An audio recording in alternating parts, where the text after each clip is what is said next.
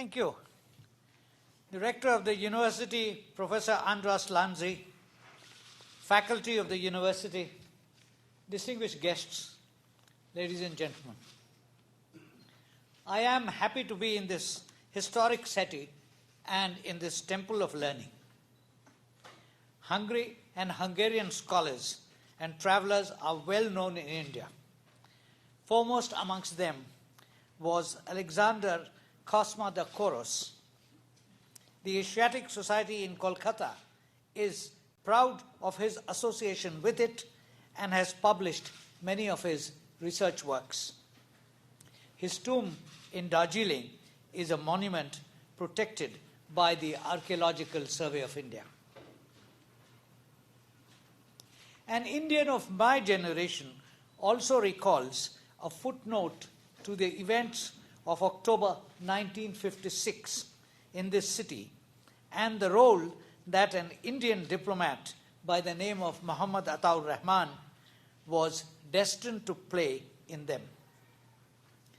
The gratitude of the Hungarian people was publicly acknowledged by President Arpaz Goncs on his visit to India in 1991. Hungary's journey to modern democracy took several decades after 1956 and commenced only in 1990. As a form of government for the people, by the people, each nation's experience is sui generis. India commenced this journey many decades earlier, and I feel it may be of some use to share our perceptions and experience with this young audience. Friends, India attained its freedom from British colonial rule after a long struggle. The Indian national movement is one of the few instances in history where state power was not seized in a single moment of revolutionary change, but was obtained through a prolonged struggle that alternated between active and passive phases, and in which the constitutional space offered by the existing colonial structure was utilized without being co-opted by it. A word about the nature of Indian society is relevant to contextualize this discussion. Our population of 1.27 billion comprises of over 4,635 communities, 78% of whom are not only linguistic and cultural but social categories. Religious minorities constitute 19.4% of the population. Much of this is reflective of our cultural past. Indian culture is syncretic in character and, as a historian put it, embraces in its orbit beliefs, customs, rites, institutions, arts, religion, and philosophies belonging to different stratas of societies in varying stages of development. It eternally seeks to find a unity for the heterogeneous elements which make up its totality. It is a veritable human laboratory where the crossbreeding of ideas, beliefs, and cultural traditions has been in progress for a few thousand years. The national movement recognized this cultural plurality and sought to base a national identity on it. Thus, well before the actual attainment of freedom on August 15, 1947, our people were prepared psychologically and ideologically for self-rule in a democratic format. This was spelt out in the Objectives Resolution of December 1946, stipulating that all power and authority of independent India shall be derived from the people and would guarantee some basic rights to citizens. The principles enunciated in this document were amplified in the Constitution of India of November 1949 and made operative in January 1950. It stipulated universal adult franchise. Its basic principles were summed up in a brief and pithy form in the preamble. Its sections on fundamental rights and directive principles of state policy made it a socio-economic manifesto. In other words, the superstructure of a democratic polity and a secular state structure put in place in modern India is anchored in the existential reality of a plural society. The first general election was held in 1951.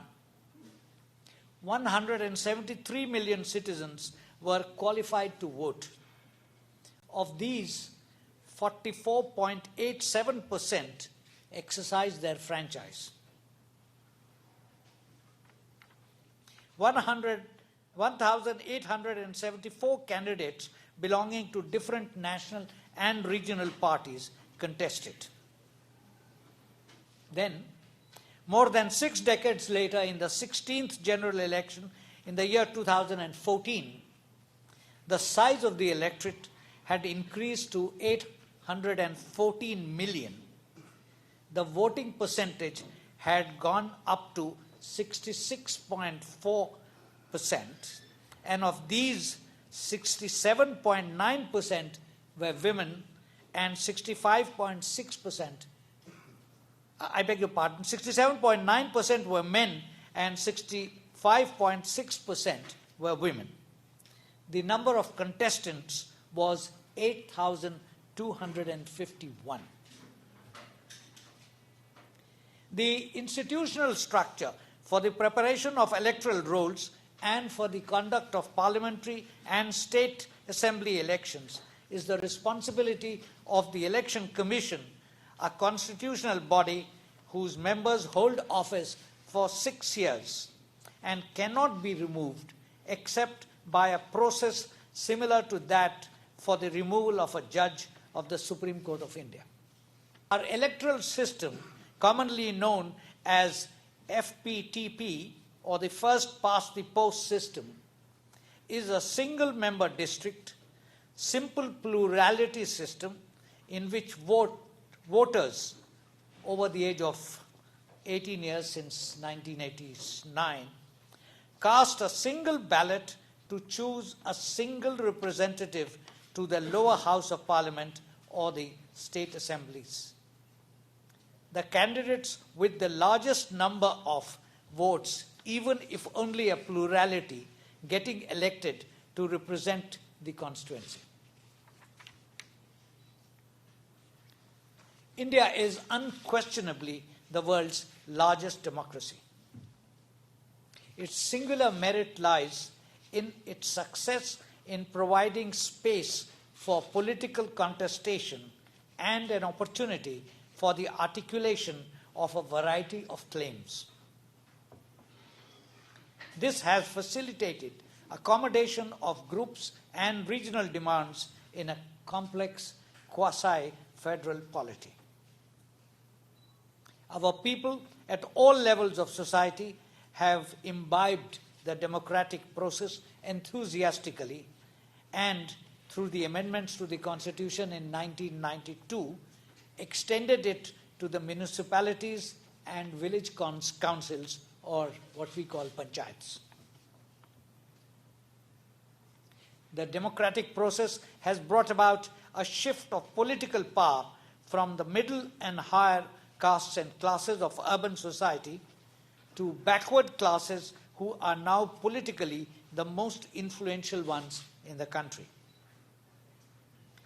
They have won reservations for themselves in legislatures and government services, as were accorded to the scheduled castes and scheduled tribes after independence through constitutional provisions.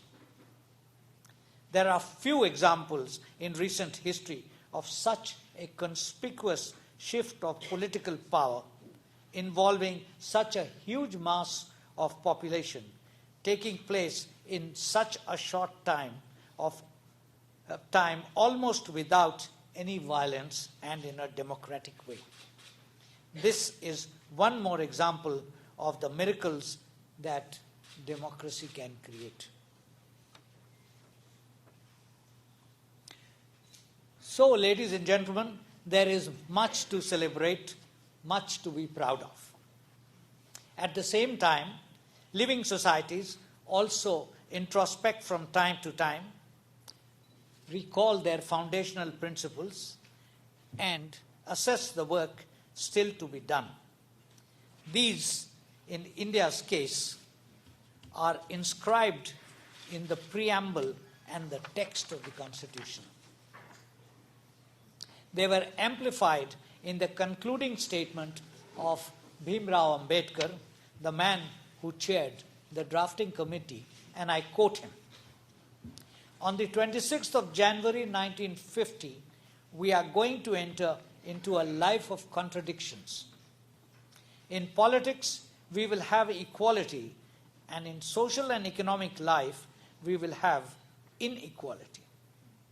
In politics, we will be recognizing the principle of one man, one vote, and one vote, one value.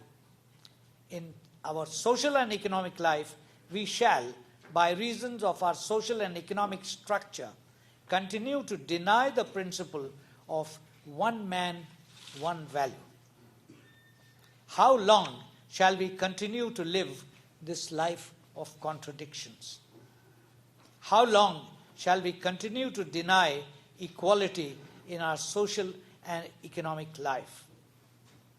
If we continue to deny it for long, we will do so only by putting our political democracy in peril. We must remove this contradiction at the earliest possible moment, or else those who suffer from inequality will blow up the structure of political democracy which this assembly has so laboriously built up." This is the end of the quote. This challenge of securing substantive equality for citizens and thereby ensuring fraternity for the unity and integrity of the nation remains work in progress. It has been argued that inequality traps prevent the marginalized and work in favor of the dominant groups in society, and that unequal opportunities lead to unequal outcomes, which in turn lead to unequal access to political power. This creates a vicious circle, since unequal power structure determines the nature and functioning of the institutions and their policies. The requirement of bridging vertical and horizontal developmental gaps is accepted as valid, but in varying degrees, by all segments of opinion, and is sought to be addressed through strategies of inclusive development. The government accords it high priority in its socio-economic policies. The pace of its realization remains a matter of debate. The mechanics of the functioning of our electoral system has been the subject of critical scrutiny for many years, pursuant to a realization that aberrations have crept in. In the year 2011, the Supreme Court of India directed the Law Commission, an expert body charged with the responsibility of proposing legal reforms, to suggest correctives on 2 of the identified malpractices. Its report was followed by extensive national consultations. Pursuant to it, the Commission gave another report focused on 1. Election finance, 2. Regulation of political parties and inner-party democracy, 3. Proportional representation, 4. Compulsory voting, 5. The right to recall, 6. Opinion polls, 7. Political advertisements, and several other matters pertaining to elections. On the state funding for elections, the Election Commission of India is of the view that unless radical reforms are carried out in election campaign and political finance, state funding should not be allowed, as it will not be possible to prohibit or check a candidate's own expenditure or expenditure by others over and above that which is provided by the state. A critical question about the first-past-the-post system of elections relates to the representativeness of the elected representative. In the 2014 general election, only 117 of the 539 winning candidates in the House of the People secured 50% or more of the votes cast. This, in the context of the overall national voting percentage of 66.4, makes evident the actual representativeness of the elected member of Parliament. One study shows that it was 31%. On the other hand, the first-past-the-post system has the merit of being uncomplicated, since it uses single-member districts and candidate-centered voting, and gives to voters a clear choice between candidates and parties. For this reason, the Supreme Court of India characterized it as having, and I quote the judgment, the merit of preponderance of decisiveness over representation, end of quote. On the other hand, this system produces a discrepancy between voter share in results. It also results in the exclusion of small or regional parties in the legislature. This is accentuated by the unequal presence of the weaker sections, especially women and minorities. At the same time, the first-past-the-post system has not been able to uphold majoritarianism in a multi-party system, since the winning candidate often wins only about 20 to 30% of the votes. The debate on this, as on other matters listed in the Law Commission's report, continues. Different segments of political opinion view the proposed changes differently and are unlikely to develop a consensus at an early date. Among other challenges in the path of a more comprehensive democracy is the question of gender balance. Women members of Parliament constitute only 11% of the total in the House of the People elected in 2014. Some, but not all, of the religious minorities are in the same position. Both require to be attended to through strategies of affirmative action. Though gender equality has been ensured through legislation in municipalities and village panchayats, the same has not been done for Parliament and state assemblies. Another paradox needs to be mentioned. Record shows that while the public participation in the electoral exercise has noticeably improved, public dissatisfaction from the functioning of elected bodies is breeding cynicism with the democratic process itself. The imperative of a corrective is evident to reinforce public confidence in the ability of the system to deliver as intended. It is evident that the quest for improvements will continue with the growth of public awareness of the electoral process.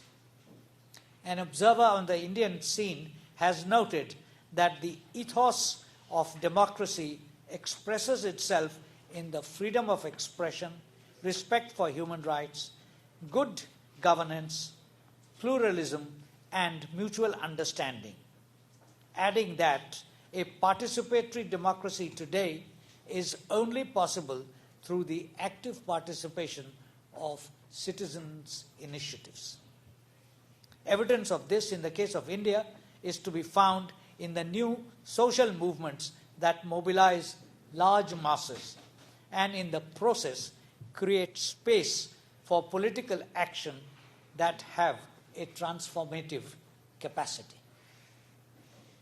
The impulses and the processes generated by these movements add vigor to Indian democracy. Thank you.